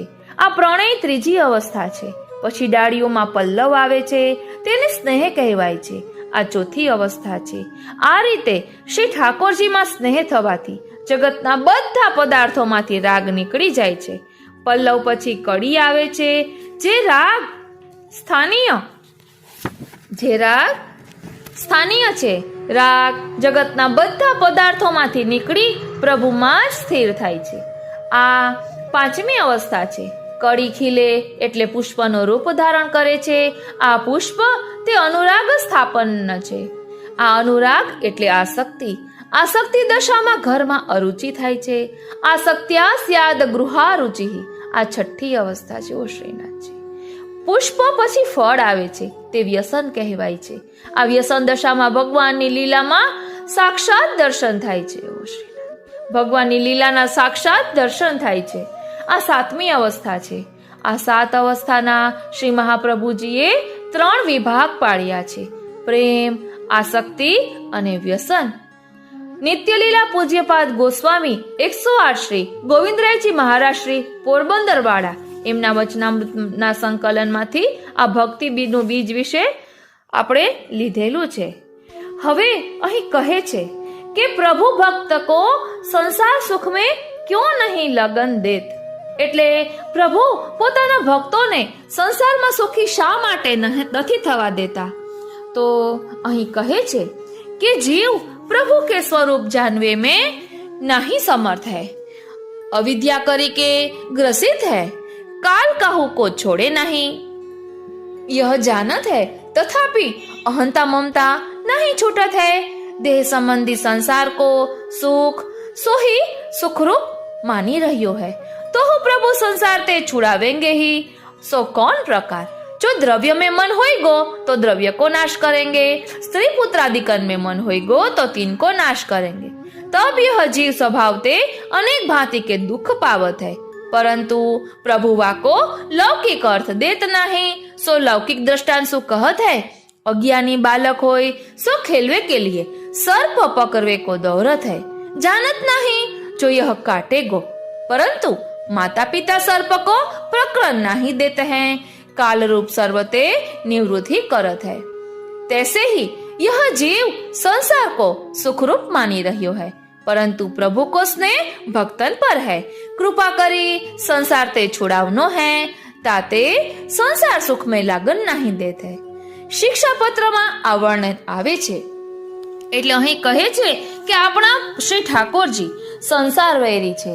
આપણું લૌકિકમાં જેમાં આપણને જે વસ્તુનો મોહ હશે ને, જે વ્યક્તિનો મોહ હશે ને, તેનાથી દૂરી કરાવી દેશે, તેનાથી આપણને દૂર કરી દેશે। જેમ કે પુત્ર મોહ છે તો પુત્ર સાથે કંઈક અણબનાવ થાય અને થોડીક દૂરી આવી જાય। એટલે આપણે જ્યારે લૌકિકમાં દુઃખ પડે છે ને, ત્યારે આપણામાં એક પ્રકારનો વૈરાગ્ય આવે છે અને આપણે પ્રભુ તરફ વળીએ છીએ। એટલે પ્રભુ યેન કેન પ્રકારે પોતાનું માં આપણું મન ચોટેલું રહે તેના માટે કેટલું બધું કરે છે, કેટલો શ્રમ લે છે। એટલે અહીં કહે છે કે દેહ સંબંધી સંસાર કો સુખ સોહી સુખરૂપ માની રહ્યો હોય। એટલે આપણે સુખી છોકરા છૈયા પહેરે ઓઢે પૈસા એ બધું હોય તો આપણે સુખી એવું માનીએ છીએ, પરંતુ અહીં અલૌકિક આનંદ લેવા માટે પ્રભુ આપણા પર કૃપા વરસાવી રહ્યા છે। એટલે જ શિક્ષાપત્રમાં પણ આવે છે કે લૌકિકમાં દુઃખ એ પ્રભુની કૃપાનું દાન છે। ત્રિદુઃખ સહનમ ધૈર્યમ એ શ્રી મહાપ્રભુજીએ પણ કહ્યું છે। આ રીતે ભક્તિના બીજને આપણે સમજવું જોઈએ અને વારંવાર ચરણારવિંદના દ્રઢ આશ્રયની વાત આવે છે। તો ભગવત ચરણારવિંદમાં એવું તે શું રહેલું છે કે વારંવાર ચરણારવિંદનો દ્રઢ આશ્રય કરવાનું કહે છે? તો આપણે આવતા સત્સંગમાં શ્રી ઠાકોરજી, શ્રી સ્વામિનીજી અને શ્રી મહાપ્રભુજી એમના ચરણ ચિહ્નની ભાવનાનું થોડુંક ભાવ દર્શન કરીશું, ટૂંકમાં સમજીશું અને આનંદ માણીશું। દરરોજ બને તો ચરણ ચિહ્નનું મનન ચિંતન કરવું જોઈએ। આ રીતે આજનો આ સત્સંગ શ્રીનાથજી, શ્રી યમુનાજી, શ્રી મહાપ્રભુજીના ચરણારવિંદમાં સમર્પિત કરું છું અને એ જ વિનંતી ધરું છું કે અહીં ભક્ત પ્રભુને પ્રિય બને તેના લક્ષણો પ્રભુએ બતાવ્યા છે, તો આ લક્ષણોને અમે પણ અમારા આત્મપટલ પર ધારણ કરી અને આચરણમાં લઈ શકીએ એવી કૃપા કરો। કૃપામ કુરુ હે શ્રી વલ્લભ કૃપા કરો। જય શ્રી કૃષ્ણ। વાલા વૈષ્ણવો, જય શ્રી કૃષ્ણ। આજે આપણે સત્સંગ એક નવા જ રૂપમાં કરીશું। આપણે ઘણા બધા સુવિચારો ફોરવર્ડ તો કરતા જ હોઈએ છીએ, પરંતુ આપણા આત્મા પર એ ધારણ કરી લઈએ તો આપણું જીવન કેટલું સુંદર બની શકે। ભગવદ્ ગીતામાં પણ કેટલા બધા એવા સુવિચારો છે કે જે આપણે આપણા આત્મા પર ધારણ કરવાની ખૂબ જ જરૂર છે, આચરણમાં લેવાની ખૂબ જ જરૂર છે। તો ફક્ત ફોરવર્ડ કરવાને બદલે થોડુંક આચરણમાં લઈએ તો જીવન સુંદર બને। વાલા વૈષ્ણવો, ભગવદ્ ગીતામાં કહ્યું છે कि अशांत को सुख कैसे हो सकता है, सुखी रहने के लिए शांति बहुत जरूरी है। આપણે બધા જ આ વાત જાણીએ છીએ કે જો મન શાંત ન હોય ને તો કંઈ પણ ગમતું નથી। મન શાંત હોય, મન ખુશ હોય તો આપણને બધું જ ગમે, પરંતુ મનમાં કોઈ નેગેટિવ વિચારો ચાલુ હોય તો આપણે આજુબાજુ ખુશનુમા વાતાવરણ હોય છતાં પણ ગમતું નથી। અને પ્રભુએ સ્વયં કહ્યું છે કે બધી ઇન્દ્રિયોમાં મન રૂપે હું છું, તો આપણા મનને અશાંત થવાને બદલે શાંત રાખવાનો પ્રયાસ કરવો જોઈએ। તો તે કઈ રીતે કરી શકાય? વાલા વૈષ્ણવો, એવું છે કે નવરું મગજ નખોત વાળે, એટલે મનને કોઈ પણ એક વિષય તો જોઈએ જ। જો મનને તમે વિષય ન આપો ને તો તે ચારે બાજુ ભટક્યા કરે અને એક સાથે કરોડો વિચારો આપણા મગજમાં આવે। એટલે મનને એક વિષય તો આપવો જ જોઈએ। તો શા માટે અલૌકિક તરફ મનને ન વાળીએ? મનને અલૌકિક તરફ વાળીએ તો કેટલું સુંદર મન રહે, ચિત્ત શાંત રહે અને તેના કારણે આપણું જીવન પણ સુંદર બને। મનને સારા સારા વિચારો આપીએ, સારા સારા ગુણો ગ્રહણ કરવાની ટેવ પાડીએ, બધામાંથી સારા ગુણો લેવાની ટેવ પાડીએ. શ્રી હરિરાય મહાપ્રભુજીએ આપણને તે શીખવ્યું છે. તો મનને જરા પણ અશાંત થવા દેવું નહીં, સતત અષ્ટાક્ષરનું રટણ કરવું. જો એવું ન બનતું હોય તો આપણી પાસે મોબાઈલ તો છે જ, તો અષ્ટાક્ષર મંત્રની ધૂન ચાલુ રાખી શકાય અને ચિત્ત એમાં પરોવી શકાય. અથવા આપને કોઈ પણ કીર્તન ગમતું હોય અથવા તો જગાવાથી પોઢાવાના પદ લાઈનમાં સાંભળીએ તો જગાવાના સમયે એ લીલાનું ચિંતન થાય. એટલે મનને નવરું બેસવા જ ન દઈએ, મનને કંઈક અલૌકિક આપ્યા જ કરીએ તો મન અશાંત જરા પણ નહીં થાય. લૌકિક વિચારો આવે ત્યારે જ મન અશાંત બને છે. એક સાથે કેટલી બધી તકલીફો યાદ આવે છે. એટલે મનને અશાંત થવા ન દેવું હોય તો સતત પ્રભુનું ચિંતન કરવું કે જેના કારણે મન શાંત રહેશે. વહાલા વૈષ્ણવો, એક સુવિચાર છે कि लोग चेहरे को साफ रखते हैं जिस पर लोगों की नजर होती है, लेकिन दिल और कर्म साफ नहीं रखते जिस पर भगवान की नजर होती है. फरी एक बार, लोग चेहरे को साफ रखते हैं जिस पर लोगों की नजर होती है, लेकिन दिल और कर्म साफ नहीं रखते जिस पर भगवान की नजर होती है.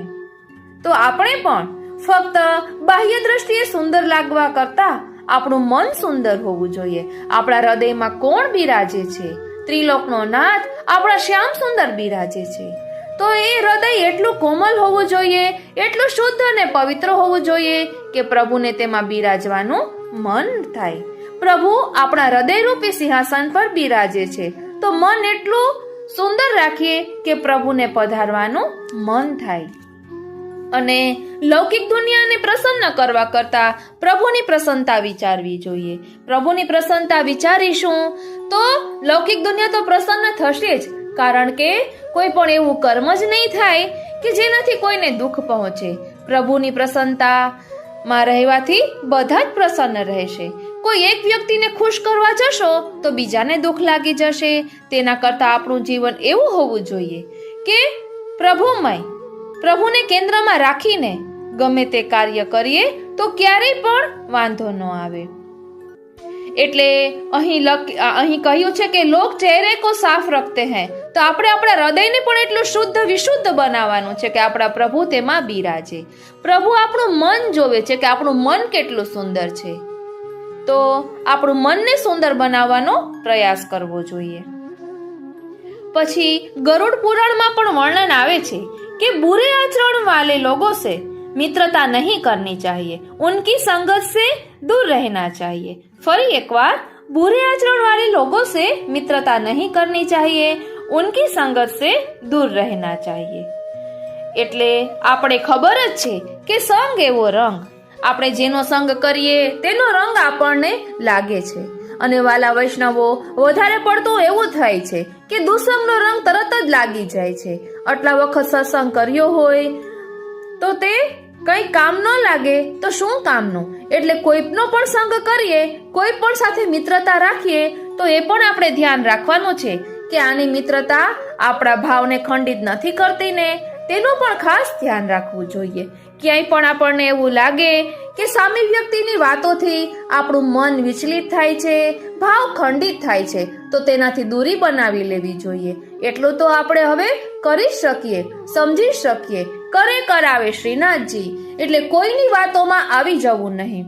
આપણે કોઈ તકલીફમાં હોઈએ, તબિયત સારી ન હોય તો તરત બીજા ઘણા કહેવા વાળા મળશે કે લે તમે તો આટલું બધું ભગવાન નામ લો, આટલી સેવા કરો, છતાં પણ તમને આટલું દુઃખ. એટલે ઘણા ઢીલા મનના હોય તો તેને વાત ઘર કરી જાય કે સાચી વાત છે, હું આટલું બધું કરું તો પણ ભગવાને મારી સાથે આવું કર્યું. આપણને કોઈ એવો હક નથી ભગવાનને પ્રશ્ન કરવાનો. પ્રભુ હંમેશા આપણું હિત જ વિચારે છે. હરિ કરે સો ભલી, હરિ કરે સો હોય, કિયો સબ ગોપાલ હિકો હોય. કરે કરાવે શ્રીનાથજી. એક વાતને આપણે સતત ચિંતનમાં રાખીએ ને તો કોઈ દિવસ ક્યાંય વાંધો ના આવે. વાલા વૈષ્ણવો, આપણું શરીર પણ આપણને કેટલું બધું શીખવે છે. આપણે દ્રષ્ટિ ગુણમય બનાવીએ તો બધામાંથી આપણે ગુણો ગ્રહણ કરી શકીએ છીએ. આપણું શરીર શું શીખવે છે? વાલા વૈષ્ણવો, આપણા શરીર પાસેથી આપણે શીખીએ કે ખાધેલું ભોજન 24 કલાકમાં તે કાઢી નાખે છે, પાણી 4 કલાકમાં કાઢી નાખે છે, એક શ્વાસ લો કે તરત જ કાઢી નાખે છે. તો પછી કોઈએ કહેલા વેણ કવેળને આપણે પણ શા માટે સંઘરી રાખવા? ભૂલી જાઓ, માફ કરો અને સુખી થાઓ. વાલા વૈષ્ણવો, કોઈ આપણને અપશબ્દ કહ્યા હોય, અપમાન કર્યું હોય, તે આપણે યાદ રાખીશું ને તો આપણે જ દુઃખી થશું. કહેનાર તો કહીને છૂટી ગયા અને ભૂલી પણ ગયા, અને આપણે તે યાદ રાખીશું તો તે આપણે જ આપણું જીવન બગાડીશું. વાલા વૈષ્ણવો, કાલિંદી બેટીજીના વચનામૃતમાં પણ મેં સાંભળ્યું હતું કે રાત્રે સૂતી વખતે આપણે આખા દિવસનો સરવાળો કરવાનો, એટલે કે વિચારવાનું બધું કે આપણે આજે ક્યાં ક્યાં સારા કાર્યો કર્યા, આજે આપણાથી કોને દુઃખ લાગ્યું, અથવા કોઈએ આપણને બુરું કહ્યું હોય તો તેને ક્ષમા કરી દેવી, અને આપણાથી કોઈના કહેવાઈ ગયું હોય તો તેની પણ ક્ષમા માગી લેવી. ક્ષમા માગવાથી કોઈ દિવસ કોઈ નાનું થતું નથી. ફૂલ તુફાન આવે તો જે અકડ થઈને ઊભા હોય એવા ઝાડ પડી જાય છે, પરંતુ તડખલાને કંઈ થતું નથી. એટલે નમે તે સૌને ગમે. એટલે ખોટા સામે નમી જવું એવું હું નથી કહેતી, પરંતુ નમ્રતા, વિવેક તો આપણું ઘરેણું છે, તેને સાથે લઈને જ ચાલવું જોઈએ. તો આપણું શરીર પણ શીખવે છે કે બધું છોડી દો અને માફ કરી દો. પછી અહીં લખ્યું છે, હે ઈશ્વર, મને બધાના સદગુણો જ બતાવજે, કેમ કે બીજાની ખામી જોઈ શકું એવો સંપૂર્ણ તો હું પણ નથી.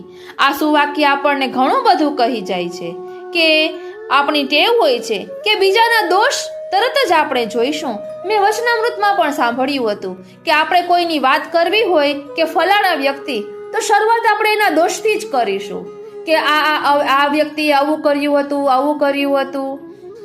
એટલે આ બધી વસ્તુનું આપણે ધ્યાન રાખવું જોઈએ. વાલા વૈષ્ણવો, આપણે ગુણગ્રાહી બનવાનું છે.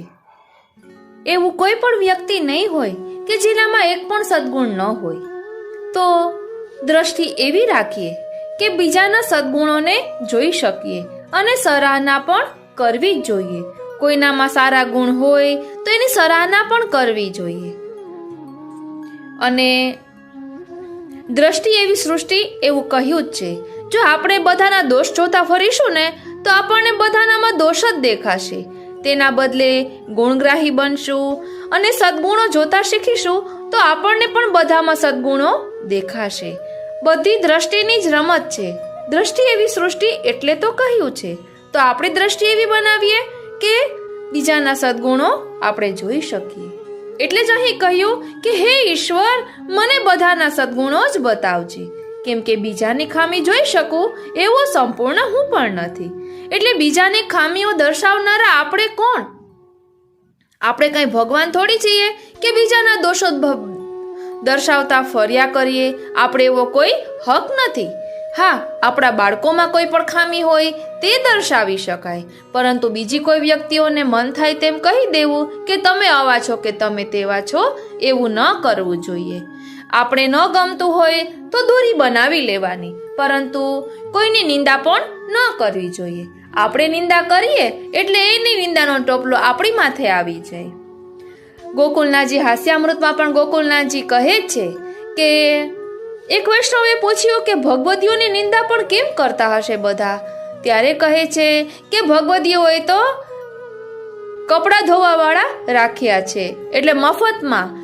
એટલે કપડાં ધોઈએ તો કપડાનો મેલ દૂર થાય. એમ ભગવદીઓની નિંદા કોઈ કરે તો એ ભગવદીઓના કઈ અજાણતામાં અપરાધ થયા હોય તે દૂર થાય છે. એટલે આપણી કોઈ નિંદા પણ કરતું હોય તો ડરવું નહીં, રાજી થવું કે તેના માટે આપણે કાંઈ મહેનત જ કરવી પડતી નથી. નહીતર બધા પાઠ ને એવું કરતા હોય છે કે કઈ અપરાધ થયા હોય તો પ્રભુ ક્ષમા કરે, તો એ પણ કરવાની જરૂર રહેતી નથી. કોઈ આપણી નિંદા કરતું હોય તો તેમાં દુઃખી જરા પણ થવાની જરૂર નથી.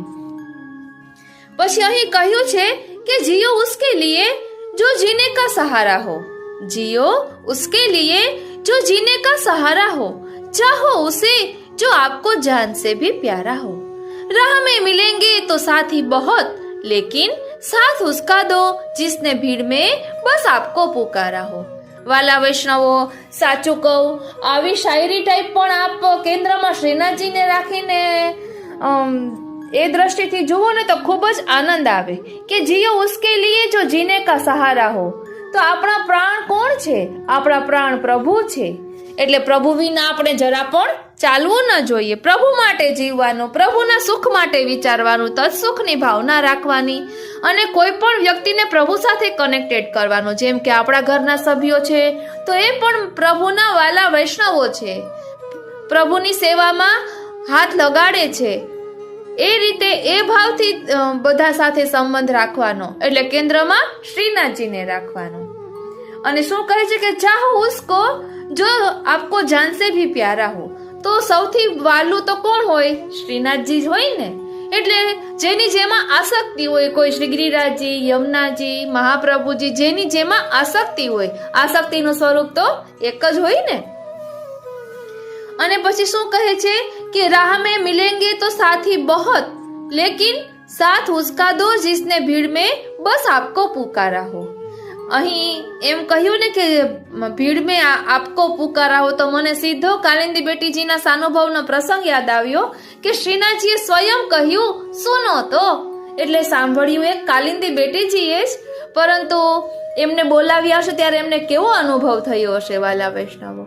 આપણા પ્રભુ પણ આપણને બોલાવી તો કેવો આનંદ આવે. તો બસ પ્રભુને વિનંતી કરવાની કે આપણે મારી સાથે બોલવાનું છે. પ્રભુ જવાબ આપે કે ના આપે, પ્રભુ સાથે આપણે તો વાતો કરવાની જ.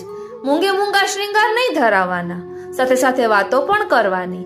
કંઈ પણ વાત પ્રભુ સાથે આપણે એ રીતે કરી શકાય. પ્રભુને પણ મૂંગે મૂંગું થોડું આનંદ આવે, થોડુંક એની સાથે બોલીએ તો પ્રભુને પણ આનંદ આવે. એટલે જીવન પ્રભુમય બનાવવાનું. કેન્દ્રમાં શ્રીનાથજીને રાખવાના. કેન્દ્રમાં શ્રીનાથજીને રાખીશું એટલે બધું સુંદર જ થશે, કઈ ક્યાંય વાંધો જ નહીં આવે. પછી અહીં કહ્યું છે કે કુછ ભી હો જાય હાર મત માન. કુછ ભી હો જાય હાર મત માન, મત ભૂલ તેરી માँ તેરી જીત કા इंतजार कर रही है. શ્રીનાથજી, શ્રીનાથજી, શ્રીનાથજી. વાલા વૈષ્ણવો, આ વાંચીને એક તો મને મારા મમ્મી યાદ આવ્યા અને બીજા યમુના મૈયા યાદ આવ્યા.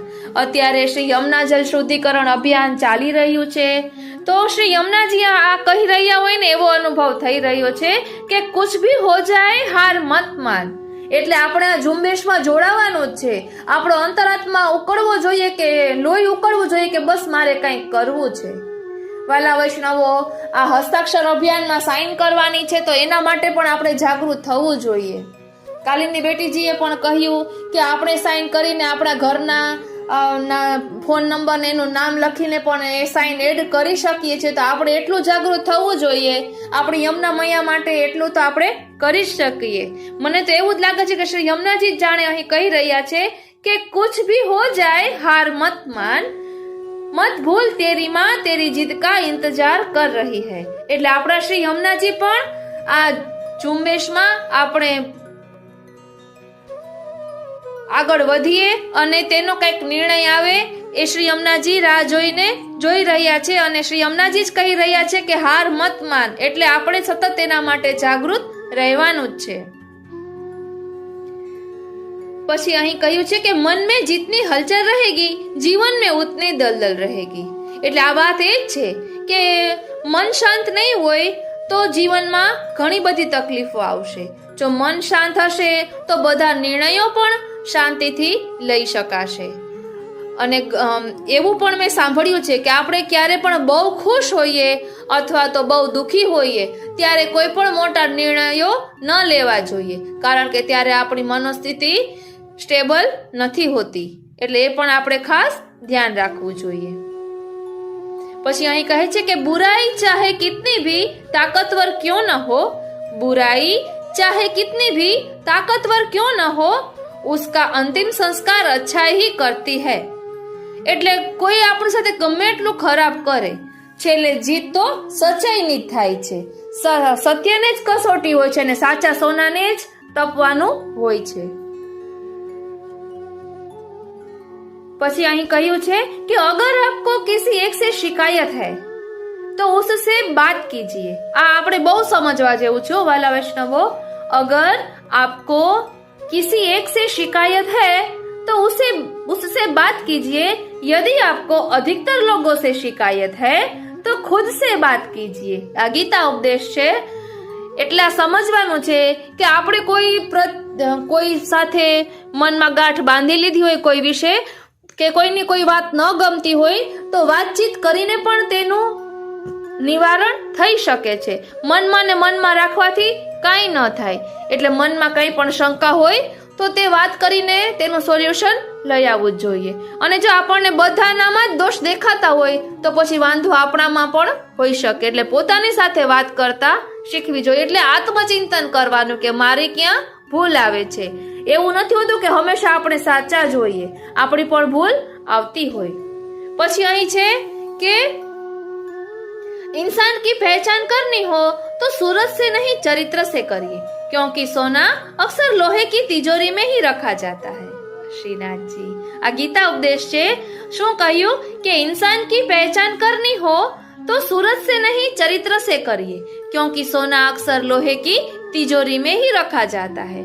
વાલા વૈષ્ણવો, અત્યારે બાહ્ય દેખાવનું એટલું બધું વધી ગયું છે કે જેના કારણે મન એટલું સુંદર છે કે નહીં તેની તરફ કોઈનું ધ્યાન જ જતું નથી, પરંતુ ચરિત્ર સુંદર હોવું જોઈએ। મેં વચનામૃતમાં પણ સાંભળ્યું છે કે ઘરમાં 12 કાર હોય કે ગમે એટલી કાર હોય પરંતુ સંસ્કાર ન હોય તો એવી કાર શું કામની। તો સંસ્કાર ખૂબ જ જરૂરી છે, એટલે આપણા બાળકોમાં પણ એવા સારા સંસ્કારો પાડીએ કે તેને જીવનમાં ક્યાંય પણ વાંધો ન આવે। ઘણી વખત એવું થતું હોય છે, મારી દીકરી અત્યારે 10મા ધોરણમાં છે, એટલે પ્રોજેક્ટ કે કઈ કરવાનું કહ્યું હોય એટલે એ કરીને જાય અને બીજા ક્લાસના છોકરાઓએ ન કર્યું હોય તો એ ઘણીવાર એવું બને કે ટીચરે કાંઈ ન કીધું હોય તો એ એમ કહે કે જો મેં ન કર્યું હોત ને તો ટીચર મને કહેત કે તે કેમ નથી કર્યું।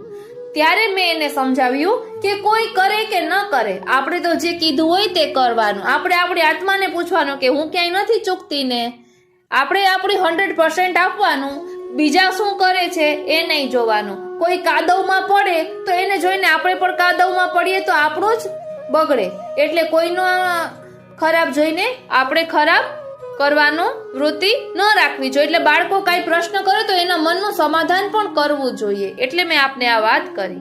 એટલે इंसान की पहचान करनी हो तो सूरत से नहीं चरित्र से करिए, क्योंकि सोना अक्सर लोहे की तिजोरी में ही रहता है। વાલા વૈષ્ણવ, આપણે બહુ સિમ્પલ રહેતા હોઈએ એટલે આ બીજા એવું સમજે કે આને કંઈ ખબર જ નથી પડતી, પરંતુ એવું નથી હોતું। સિમ્પ્લિસિટી હોય તો એનો મતલબ એવું નથી કે તેનામાં બુદ્ધિ ન હોય, એટલે એ પણ ખાસ ધ્યાન રાખવું જોઈએ। અત્યારે ઘણી જગ્યાએ જોઈએ છે કે લગ્નમાં એક વખત જે કપડાં પહેર્યા હોય તો બીજા કોઈના લગ્ન હોય તો ન પહેરાય, એવી થિંકિંગ તો પૈસાનો કેટલો બગાડ થાય એ પણ વિચારવું જોઈએ। એના કરતા એમાં પૈસા નાખવા કરતા કોઈ ગરીબને મદદ કરી હોય, કોઈ વિદ્યાર્થીઓને ભણવામાં મદદ કરી હોય તો એનું અંતર કેટલું ઠરે, પણ આવું બધું આપણે નથી વિચારતા। તો આપણે આપણા આત્માને પૂછવું જોઈએ કે આપણે ક્યાં સાચા છીએ ને ક્યાં નથી, એટલે આ બધું આપણે ધ્યાન રાખવાનું છે। પછી અહીં કહ્યું છે કે છોટી સોચ શંકા કો જન્મ દેતી है। ધ્યાન આપજો વાલા વૈષ્ણવો, छोटी सोच शंका को जन्म देती है और बड़ी सोच समाधान को। सुनना सीख लो तो सहना सीख जाओगे और सहना सीख लिया तो रहना सीख जाओगे। આ એક જ વાક્યમાં કેટલું બધું કીધું છે વાલા વૈષ્ણવો, સમજવા જેવું છે હો કે છોટી સોચ શંકા કો જન્મ દેતી है, એટલે નેરો માઇન્ડેડ નહીં રહેવાનું, વિચારસરણી વિશાળ રાખવાની।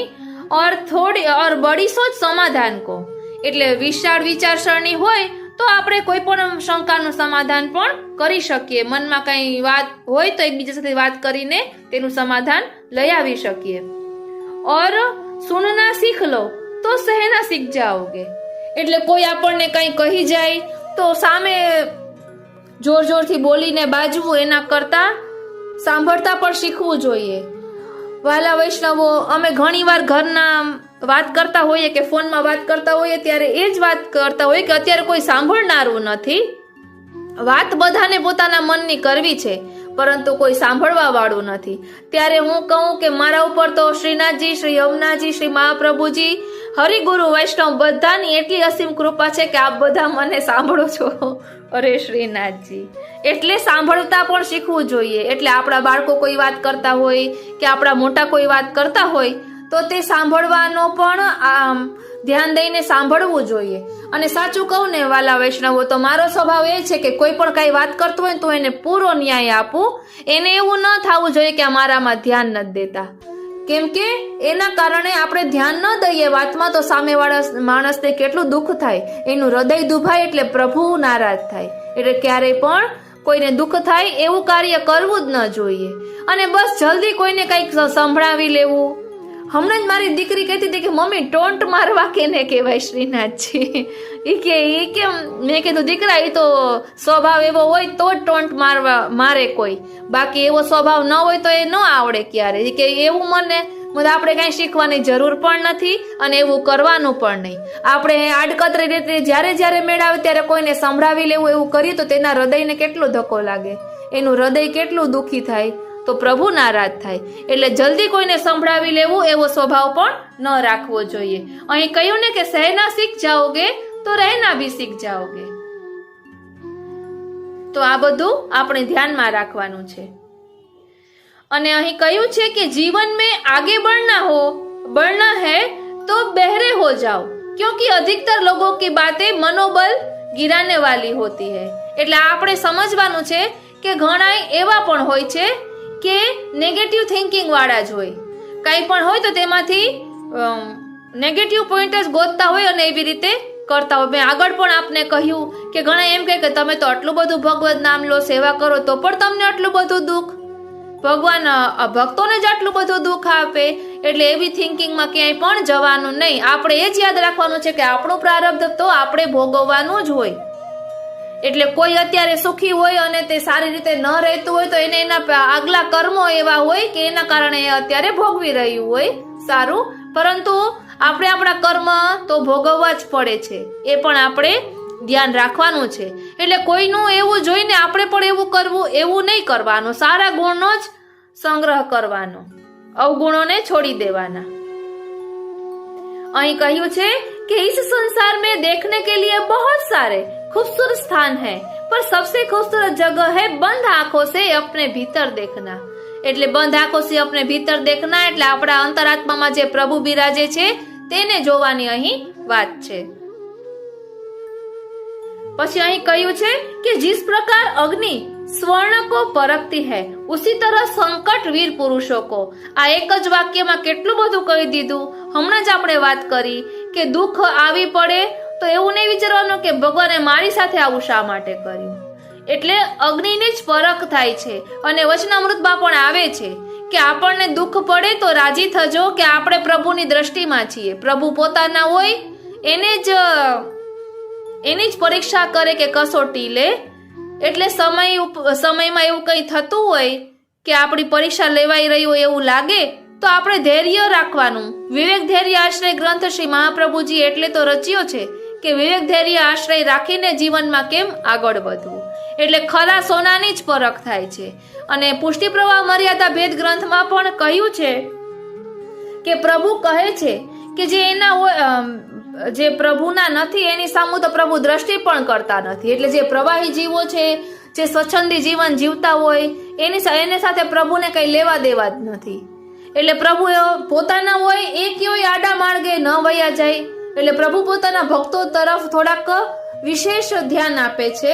એટલે શું કહું પ્રભુ શ્રીનાથજી, એટલે કોઈ પણ દુઃખ આવે તો મનમાં ઓલું નહીં કરવાનું. આ પ્રભુ આપણને કઈ પણ સંકટ આવ્યું હોય તો તેમાંથી ઉગારે જ છે, એ પણ આપણે ધ્યાન રાખવાનું છે. અને ખરા સોનાની જ પરખ થાય એટલે આપણે પ્રભુની દ્રષ્ટિમાં છીએ એમ વિચારવાનું. એવું નહીં વિચારવાનું કે પ્રભુએ મારી સાથે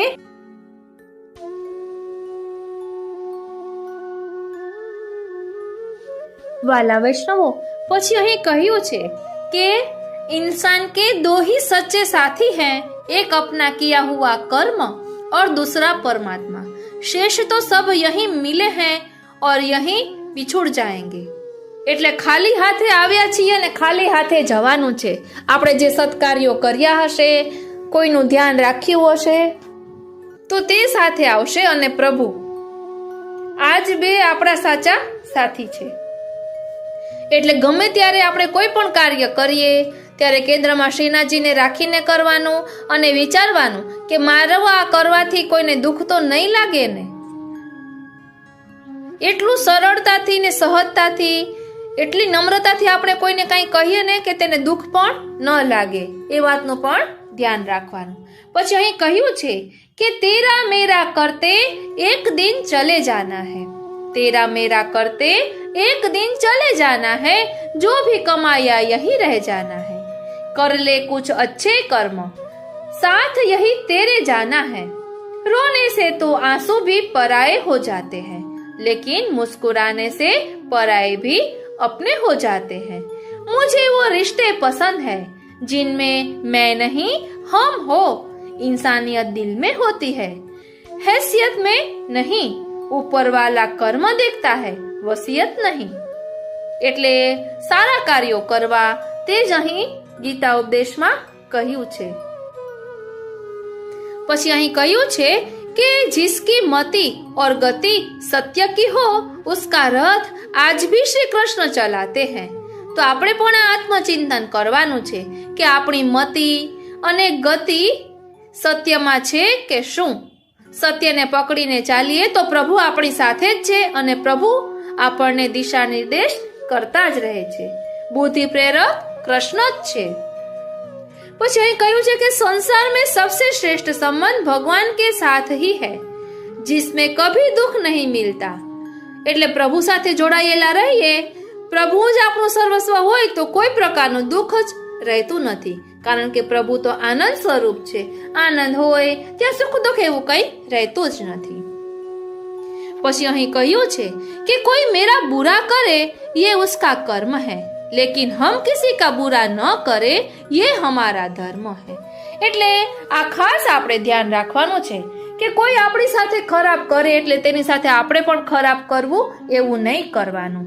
એની એવી મતિ તો તે એવી રીતે કરે, પરંતુ આપણે આપણી સારાઈ નહીં છોડવાની. પછી કહ્યું છે કે सहने वाला जब अत्याचार सहकर भी मुस्कुरा रहा है तो उस इंसान का बदला भगवान लेते हैं. એટલે આપણે તો બદલાની ભાવના ક્યાંય રાખવાની જ નથી, પરંતુ વિવેક ધૈર્ય આશ્રયથી જીવન જીવીએ અને સત્યને પકડીને ચાલીએ તો બધી વસ્તુનો જવાબ સમય આપે છે. એટલે ઘણી વખત આપણે ક્યાંય ભૂલ ન હોય અથવા તો ક્યાંય વાંક ન હોય છતાં પણ કોઈ આપણા દોષ જોતું હોય એવું હોય, અથવા કોઈ ચાય કરીને આપણી સાથે કોઈ ખરાબ કરતું હોય, ત્યારે પણ બધી વસ્તુ સમય પર છોડી દેવાની. સમય બધો જવાબ આપે છે. એટલે ક્યારેય પણ બદલાની ભાવના નહીં રાખવાની. પ્રભુ બધું જુએ જ છે, એટલે આપણે કંઈ કરવાનું એવું રહેતું જ નથી. અને અહીં કહ્યું છે કે જો અચ્છા લગે उसे ग्रहण करो और जो बुरा लगे उसका त्याग करो, फिर चाहे वह विचार हो, कर्म हो या मनुष्य. એટલે મેં કહ્યું ને કે આપણે જેની વાત ન ગમતી હોય તેની સાથે થોડીક દૂરી બનાવી લેવાની અને ગુણગ્રાહી બનવાનું. કોઈ એવું છે જ નહીં કે જેનામાં એક પણ સદગુણ ન હોય, તો સારા ગુણોને આપણે ગ્રહણ કરવાના અને કોઈ દુર્ગુણ હોય તેને છોડી દેવાના. શ્રીનાથજી. પછી અહીં કહ્યું છે કે अच्छे के साथ बुरा भी उसके अच्छे के लिए ही होता है.